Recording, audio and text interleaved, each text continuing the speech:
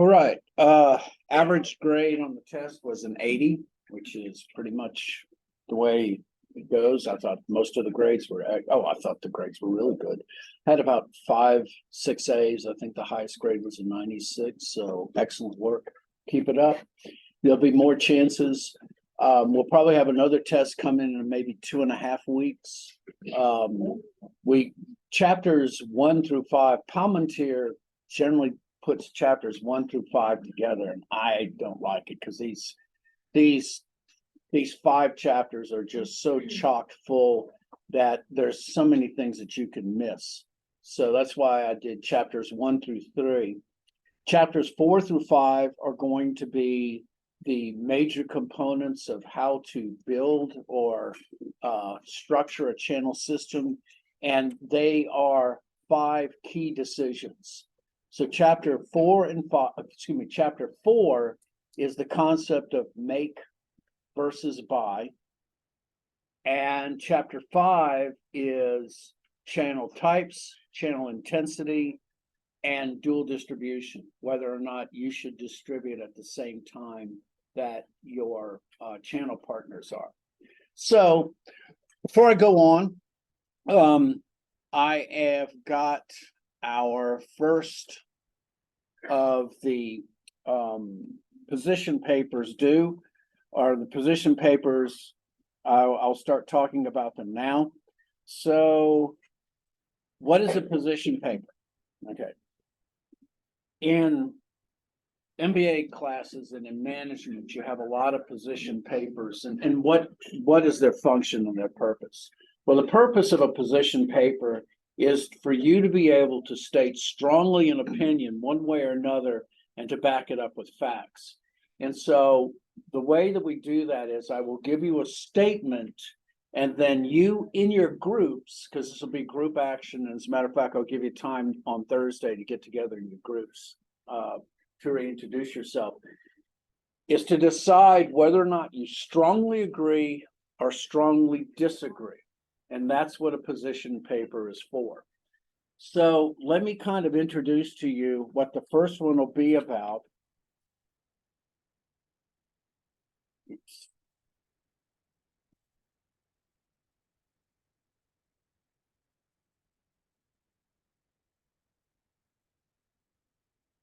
And it's all in this particular PowerPoint. So it's easier for me to show you and explain along the way.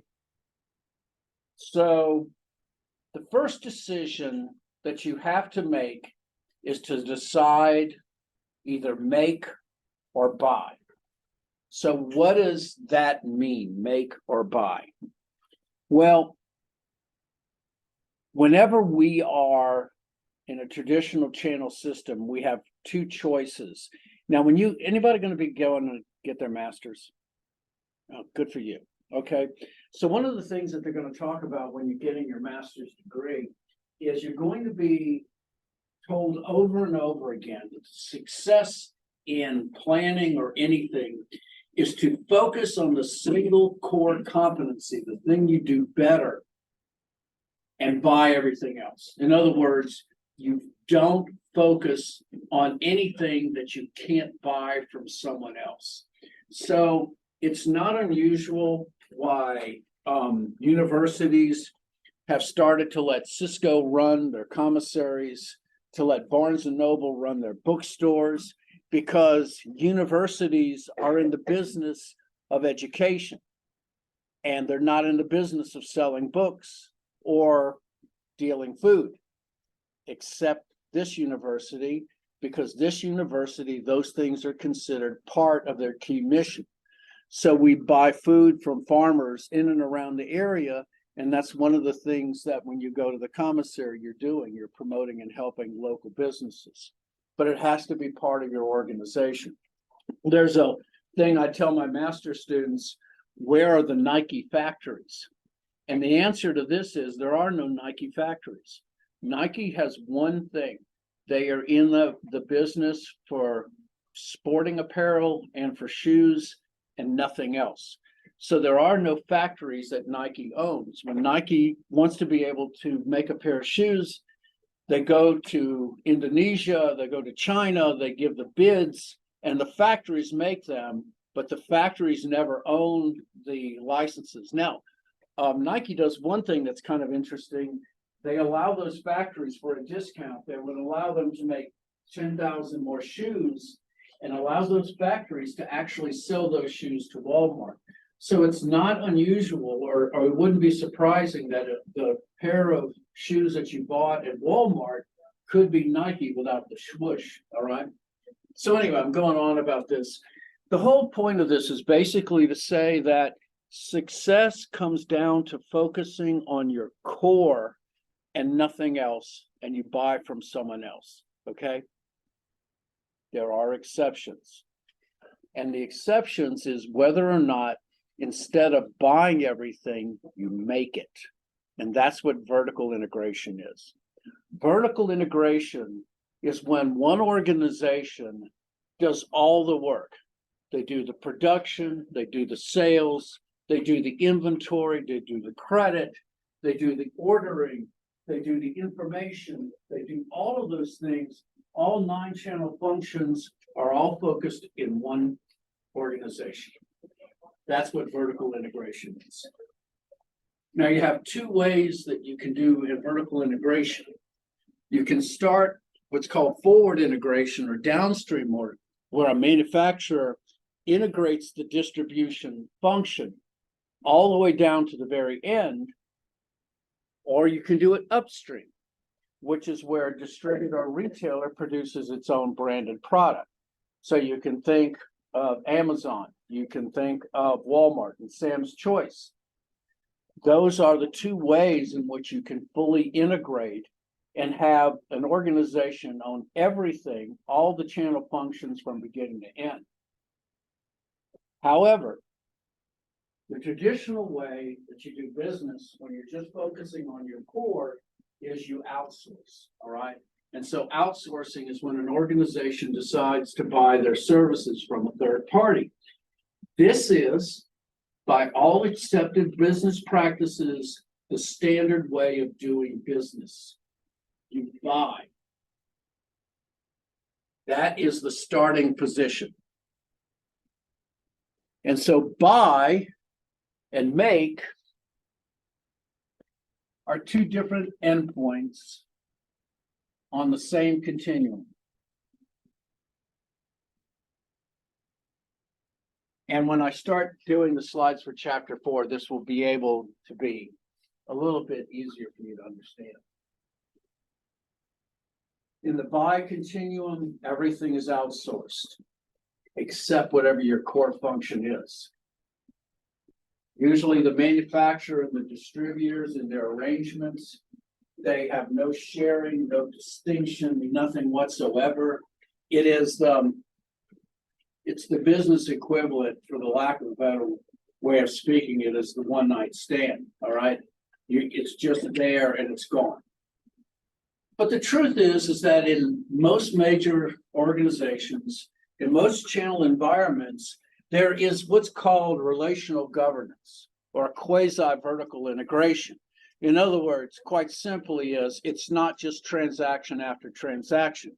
There's a compromise, a collaboration, where these independent and interdependent organizations are committed in some form, one way or another, and they work together to achieve some success.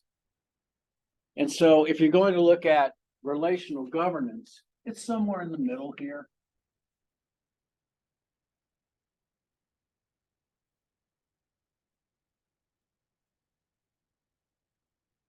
In which it is official but not official. It is not structured, but in almost it is in a way. It's almost like this stylized kabuki dance. It's a way or an interaction that is expected between partners. Okay. And so the truth is that somewhere is in the middle. Now, what is the advantage to a corporation to be vertically integrated? Well, there are some costs Remember the bonus question that says every channel or every function has a cost. That was one of the two bonus questions. Well, in this system of vertical integration, the manufacturer assumes all the distribution costs, everything. And the difficulty with that is that if you're a manufacturer and your job is manufacturing, your job isn't distribution. Your job isn't shipping. Your job may not be finance, especially if someone else does the financing for you. And in many ways, the cost and the risk are usually vastly underestimated. You can get a world of hurt if you vertically integrated, and you have to justify every one of the 9-channel functions and state that they would be better off in a vertical environment. But it does have benefits. Why do you do that at all? Where control is important, especially of the brand identity, and it's beneficial for the managers to exploit it, that control of their operation can many times bring an opportunity that they wouldn't ordinarily get. Starbucks, from manufacturer to the store, is vertically integrated.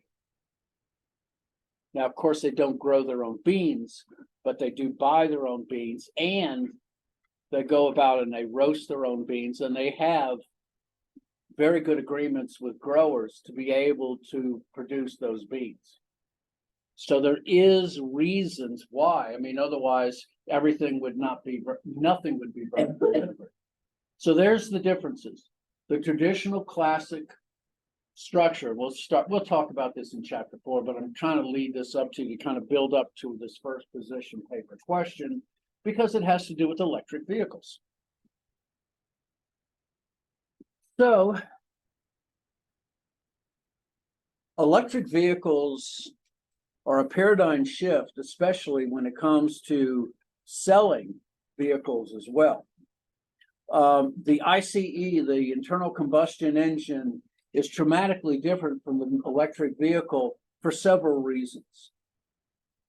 One of them is that an electric vehicle, in essence, is solid state. It means that it doesn't have any moving parts other than the wheels themselves. And each of the wheels, instead of a large engine turning the wheels, each wheel has a motor that turns it. Now, it's interesting. Electric drivers are called motors, and combustions are called engines. They both do the same thing. They require more software specialists than conventional internal combustion engines. As a matter of fact, if you really want to know the secret to Tesla's success, is Tesla has the finest software engineers in the world. If you really want to get into it, Tesla's software engineers are without peer. And then the single largest part of an electric vehicle is the battery. If you've never noticed or have never seen what an electric vehicle, how it's built. So the electric vehicle is built with a given chassis, all right? And then the bottom part is actually all battery and engines, okay? This is actually what's called the skateboard model. And there's discussion I've read about you being able to buy a chassis and every 6 years replace the skateboard where you replace the batteries. So you can imagine that it's quite radical from the traditional conventional automobiles. So we have this idea of electric vehicles. We're thinking where they are. This is the position paper. This is the statement that you're going to be requested to say absolutely yes, you agree with, or absolutely no, you don't. So the statement is electric vehicles, not hybrids, but vehicles with no internal combustion engine, have the greatest chance of success being sold in a vertical market. So if any one of you have ever done debates before, and you need to split a sentence apart This is what's called a conjunction or a conjunctive sentence. So what we have is the statement has three parts. So it's electric vehicles, okay, have the best chance for success in the vertical market. And so, what does this mean? It means that in order for all of this to be true, this has to be true, this has to be true, and this has to be true for this statement to be true. So when you're working in your groups, you can ask yourself if the best chance for success is in the vertical market. And if either one of these things is not true, then you can argue no. Yes. Is it like talking about greatest chance of success compared to a regular gas vehicle? That's how you argue it. Okay. You can argue greatest chance for success total. You can argue greatest chance of success against other conventional automobiles. In whatever way you want to break down that argument, you have the opportunity to sell it to me in that way. I have given A's to both people who argue for this, and I've given A's to people who argue against it. It just comes down to the argument, okay? Use facts whenever you can. I ask you to use Google Scholar. Everyone knows how to go to library.appstate. Go use that to look up articles. Sources equal A's. Okay. So if you research this, you go out and look at, just type in vertical market and type in electric vehicles. Use that as a search criteria. See if you can find articles that talk about it. You can relate that in the article. Just remember to put it in as a source. Usually if you're doing a source and it's like an article with individuals, and anything with a direct quotation, by the way, you must put down the page number where the quotation is, okay? So if it's just a general assumption from something you got, you can just do like this. You can do Shouse and Albinson. Usually Albinson and Shouse. That would be how you do the quote. If you do a literal quotation, then it has to be 2001 and then like page 21 or whatever, exactly where it comes from. So let me show you how to go about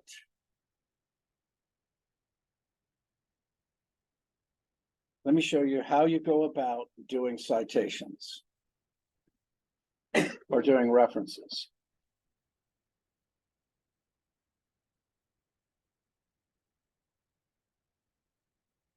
All right.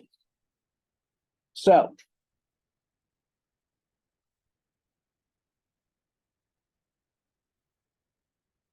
this is how you do references the easy way. So when I did my dissertation, it was 240 pages, 52,000 words, and I had 10 pages in my bibliography.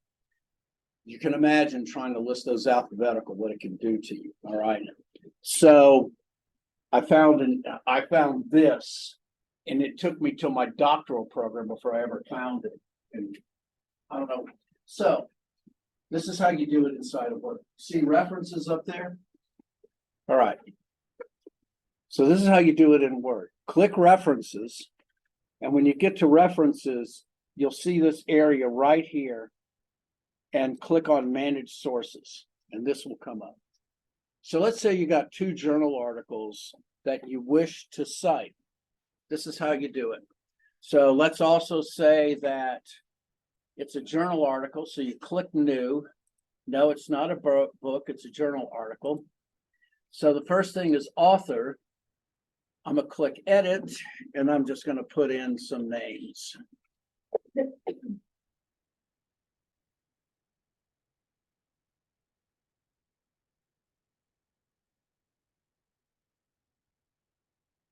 Okay.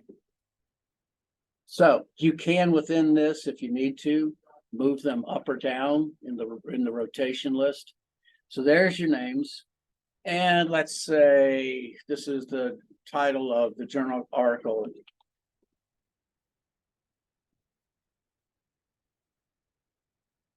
So I'll give it a journal name. Generally, the year is supposed to be important. I would also say this, pages are vital usually too.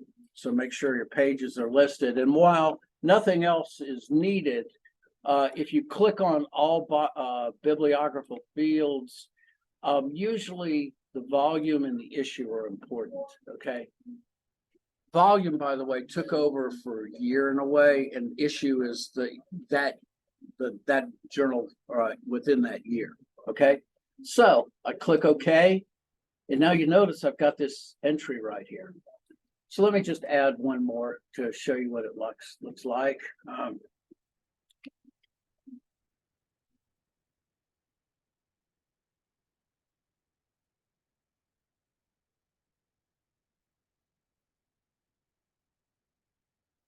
Okay, so add that, and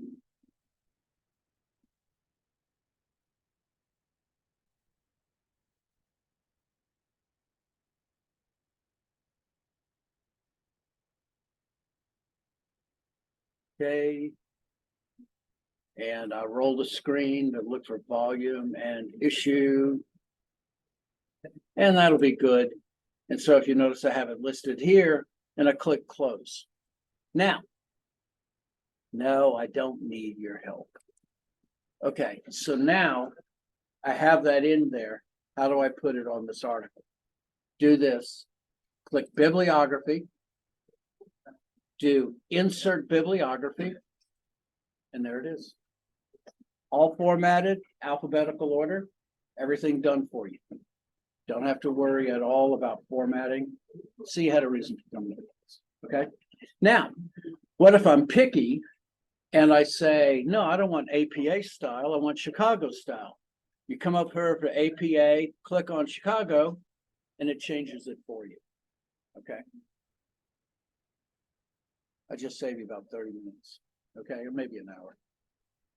When it's 10 pages, you have no idea. So anyway, when you do your paper, use this. So what is the format that I want for the paper?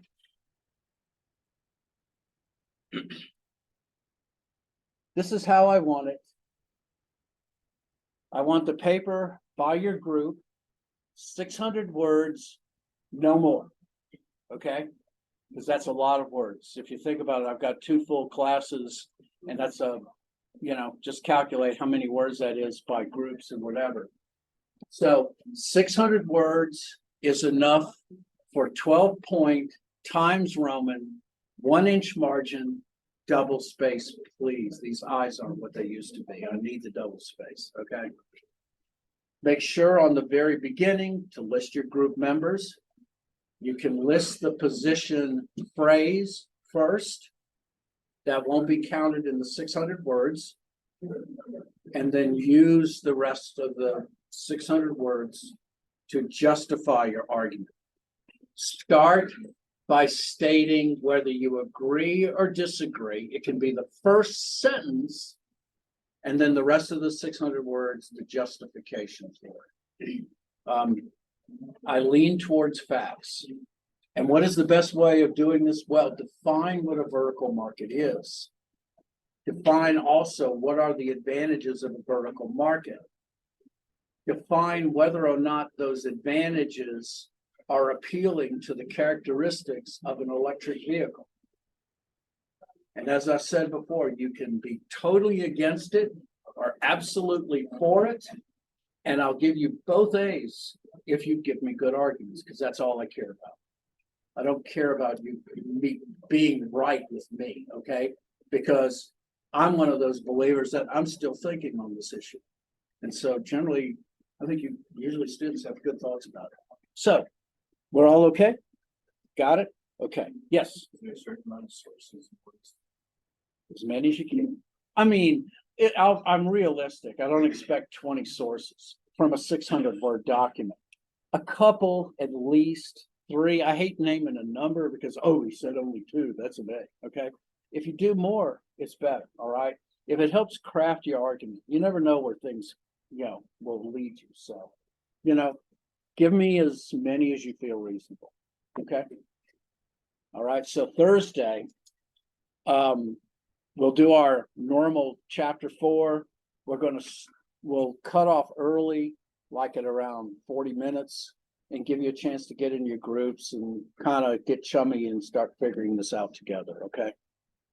All right. It'll be due next Thursday. And you can drop that in the Dropbox, and it can be 11:59 at night. I don't care, okay? I always have to say, is that okay if it's after? Yeah, it's okay after 8. I only care about the day, okay? Give me something to do on the weekend. Okay. There's 2 daughters on enough. Okay. So let's start work now on chapter 4. If I can find it. I have a question. Sure, go ahead. It says October 6th, as you wait, but you want it. It's September 20. If you look at it, the deadline in the document itself, I saw it, it was in the wrong place. It's actually in the wrong place. It should say September 27th, I think. Next Thursday, okay, is the way, not this Thursday, Thursday week. Okay. I'm sorry about that. I'll move it around to the right place. Okay.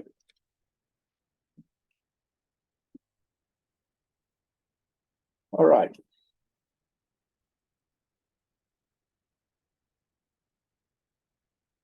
So I'm gonna go over now a lot of what I just gave you, hopefully with a little more clarification on the make or buy analysis.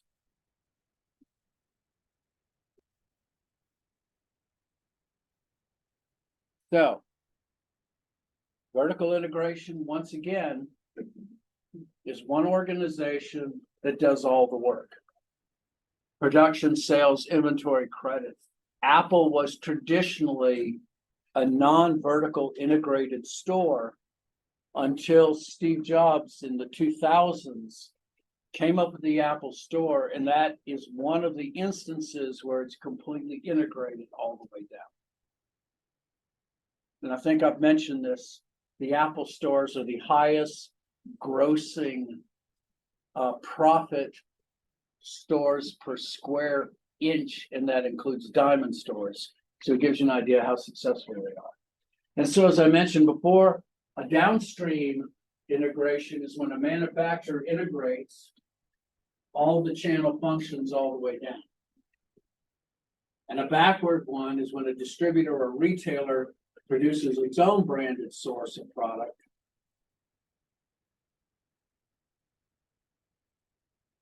And that, in the traditional sense, outsourcing is when an organization decides to buy the services from a third party.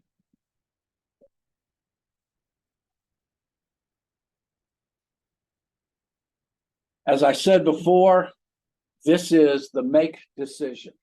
It's on the far end of the continuum.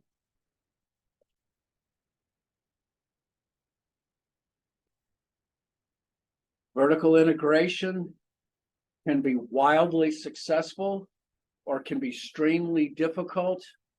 To vertically integrate means that you have to break contracts and relationships with channel partners to go on your own. Like everything in channels, it is enormously expensive and difficult to stop once you start. So you better be right the first time. This is why you have to justify each of the channel functions as being better in a vertically integrated environment. It's long and it's tedious, but there have been enormous successes from doing it and some pretty substantial failures as well. You just got to know what you're doing, all right? And so you want to find a way of being able to organize and analyze your situation to come up with some methodology for deciding whether to vertically integrate or not. This is a traditional horizontal structure. This is the way we see it as we know the structure. We start out with the manufacturer on the top. We have our wholesalers and our retailers. Then finally the consumer, because so many of you got this right, I'm happy. Because consumers perform channel functions. Thank you. Restored my faith in humanity. But notice they're separate, independent, interdependent organizations. They have their own mission statements, their own balance sheets, their own income statements, their own strategies, their own tactics. Each one of these is individually separate, but they can't survive without each other. And so that's their traditional structure. And a vertical structure, and they call it vertical for a reason, okay? From manufacturer to the retailer, it is a single corporation that is delivering to the end user.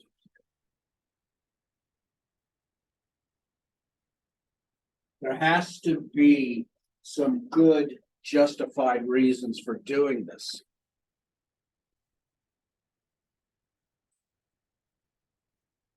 And as I've said before, nothing is black and white like this. Nothing is totally vertical and nothing is totally traditional. The choices are not just binary, okay? It is not just make or don't make, buy or don't buy, all right? What we find is that the murky middle, this relational governance, is the generally accepted way that things get done, okay? So if you look at the classic marketing contracting, the way things are done, third party does the work for a price. It's their people, their money, their risk, their responsibility. And there's so many enormous advantages of letting someone else do that work for you. Let someone else drive the trucks. They spend their lives working with trucks 24 hours a day. They know trucks like the back of their hand. Why do I have to learn how to drive a truck? I can hire, GE Capital to do all of my finance work. Why do I want to go through all of the hassles of trying to learn and understand everything that happens in finance? It's a very difficult subject. Not only that, but I could get trapped by laws that I simply don't know about. Let someone else take the risk, their responsibility, their money, their people, and because their operation is their gain or their loss. And I actually avoid, in some ways, I avoid a certain amount of responsibility when it comes to punishments too. Well, I just hired somebody to do it. You'd expect them to know, wouldn't you? In the vertical integration, you do it. It's your people, your money, your risk, your responsibility, and the load we tend to think about is on the money, but the load also you have to understand is there's a load on your employees too. You're requiring them maybe to be a little bit further out of their comfort zone unless you train them properly. You're going to make them do things that may be beyond their pay grade. But it's your gain and your loss.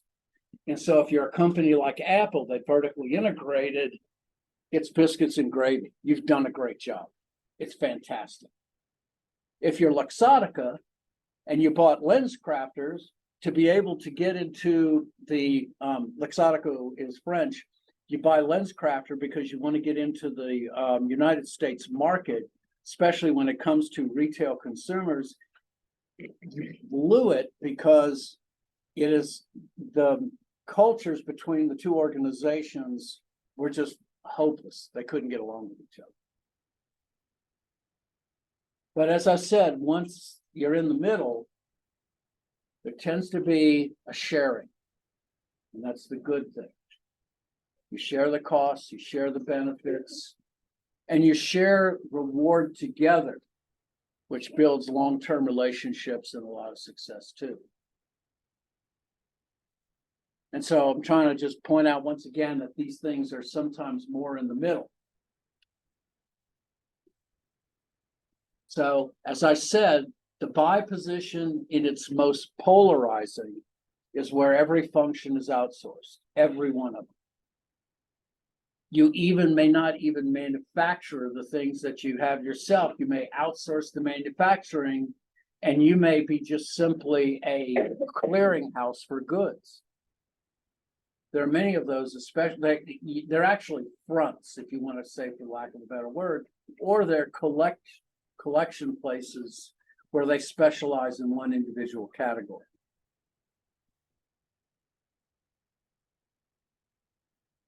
But the manufacturers and the distributors, they have no sharing, no distinctions, no continuity. Like I said, it's the business answer to the one-night stand.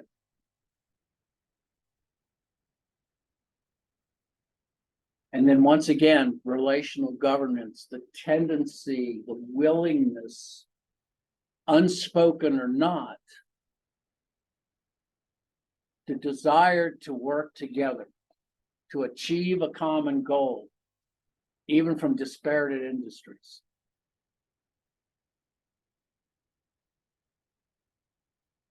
You find that the majority, you own things and you buy things. And that leads to a committed relationship. All relationships need give and take. See, I tell you, be like Dr. Phil. So here's kind of a little diagram here to kind of tell you how this thing goes. So if you look at the classic market, you have manufacturers' representatives who represent the factories themselves and the equipment that they have. And this is the classic push technique where the goods get pushed through the system. The manufacturer representatives, they sell to the wholesalers. The wholesalers have their independent wholesaling groups. The wholesalers can be specialized in their way towards a given industry. The manufacturers have their goods that they make, but they might find that their particular goods are actually unique to a given industry, not out of intention, but just because of the properties that those goods have. So I'll talk about one of those when we talk about wholesalers. And then finally, the distributors can be independent third parties. So like if you're thinking outdoor equipment, you've got foot sloggers, you've got Mast, they can be any, and that's kind of the traditional way to do things. In the vertical integration, the producer sales force is direct, goes all the way down.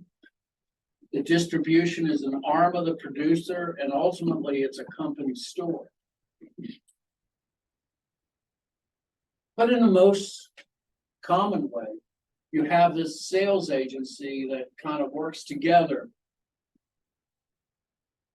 In distribution, you probably have a joint venture. So the definition of a joint venture is that two organizations come together to form a third organization, and they work for the betterment of those two. In the 80s, General Motors and Toyota got together to build a factory in California that was going to make the Toyota Corolla and the Chevy Nova, because GM wanted to learn from Toyota. Toyota wanted a footprint in the United States. The Toyota and the Chevy Nova were bolt for bolt exactly the same. And yet, of course, Toyota outsold 4-1 to the Nova because it's simply, Toyota is synonymous with quality. And then finally, in the quasi-vertical integration, there's the franchise store. Now, a franchise can be a company franchise store in which there's a deliberate loss of identity, like a McDonald's, or it can be an organization like Mr. Tire, which is a brand name franchise where they get to use the brand name, okay? So there's two different ways of looking at that. So here are the institutions, the channel functions that they perform, and whether you're talking classic, vertical, or quasi, how they all kind of fit together. So, what are the costs and the benefits? So, the cost of vertical integration is that the manufacturer assumes all the distribution costs. And as I've said before, the manufacturer, because they are not distributors, they're not banks, they may have sales forces, there may not be advertisers.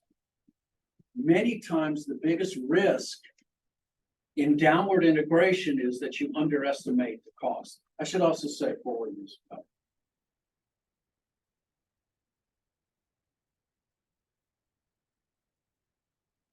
But if your brand identity is so vital to your success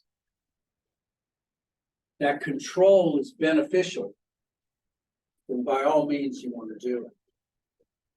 Starbucks brand identity is so tightly wound around the retail establishments that I could not consider franchising or any other way feasible to work. Now, having said that, they do have franchises, especially overseas, but all 10,000, I can't remember how many, Starbucks are basically owned by Starbucks themselves. The ability to make dramatic shifts fast are also able to be done in a vertical integration in a way that you just simply can't do any other way. And so these are the costs and these are the benefits. And there's one other thing, and we'll talk about this in the next class, is what's known as being idiosyncratic. So I'm gonna get you used to that word. Idiosyncratic means that you have a unique skill that is not easily translated into other venues. Something so unique that it practically can't be used any other way.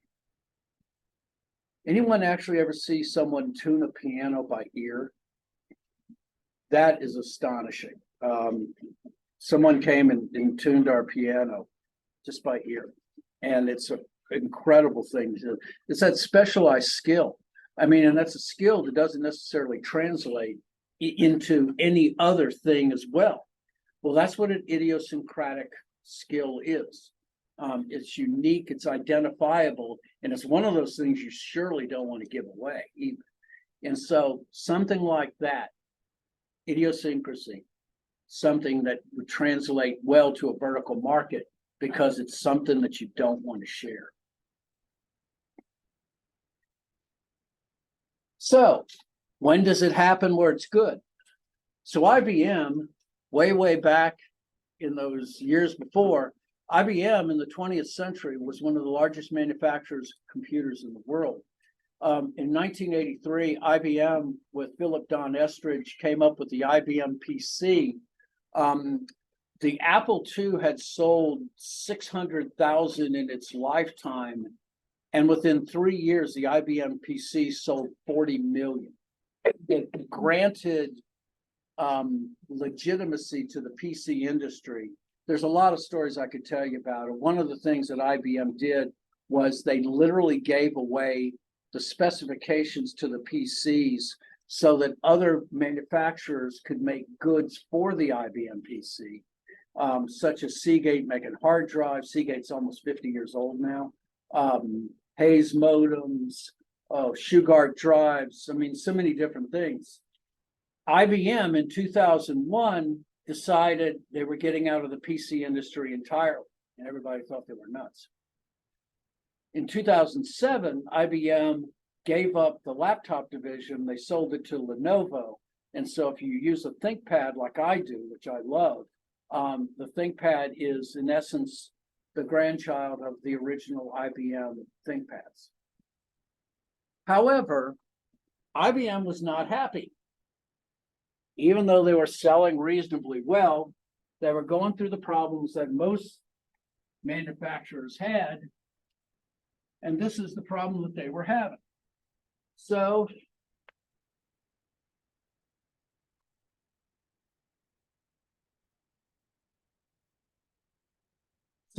they were selling goods And selling piece, anybody know why February is the lowest selling month of the year? It's very simple. Right after the holidays. That's one reason, and there's one other too. Yes, exactly. Both of those reasons, exactly. It's right after Christmas and it's only 28 days. It's the lowest selling year across the board.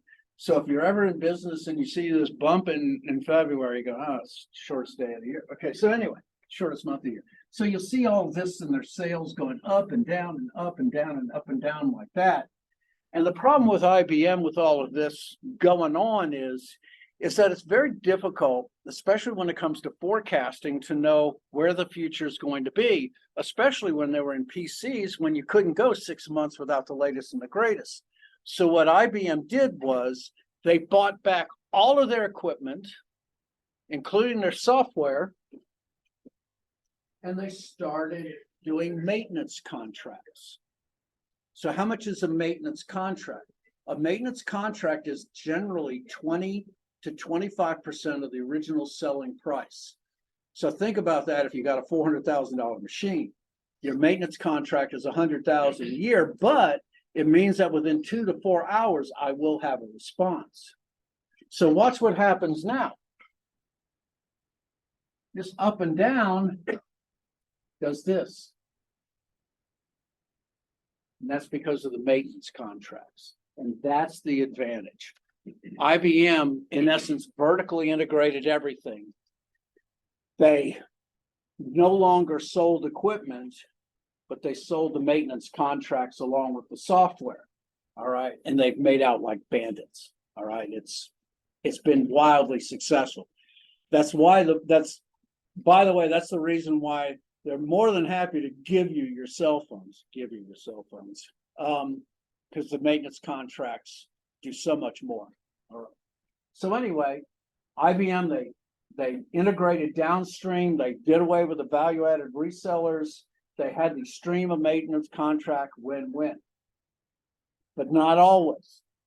So here's the difficulty with trying to get a business to be able to vertically integrate. The quickest way to get into vertical integration, we'll talk about this on Thursday, the quickest way is just to buy your way in. Buy another organization that has the downstream knowledge, and then use that knowledge to be able to build your environment. Well, it doesn't work all the time, especially if the industries are sideways, with the lack of a better word, okay? So Allianz bought an investment bank. They had no idea what investment banking was. They were fundamentally in insurance.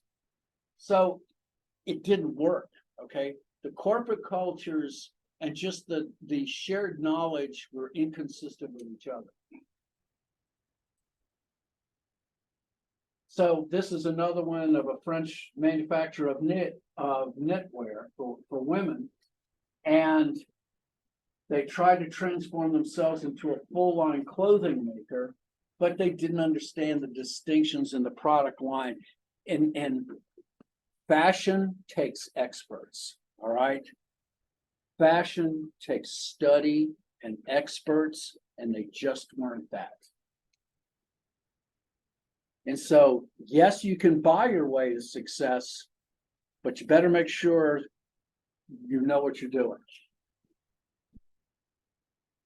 And so this is vertical integration. This is make versus buy. You know what? I'm going to stop there. I'm going to stop there. We'll finish this on Thursday, payment options, and then the make or buy options. And then I'll let you get into your group so you can talk it over. And you can ask me questions on Thursday. Y'all have a good day.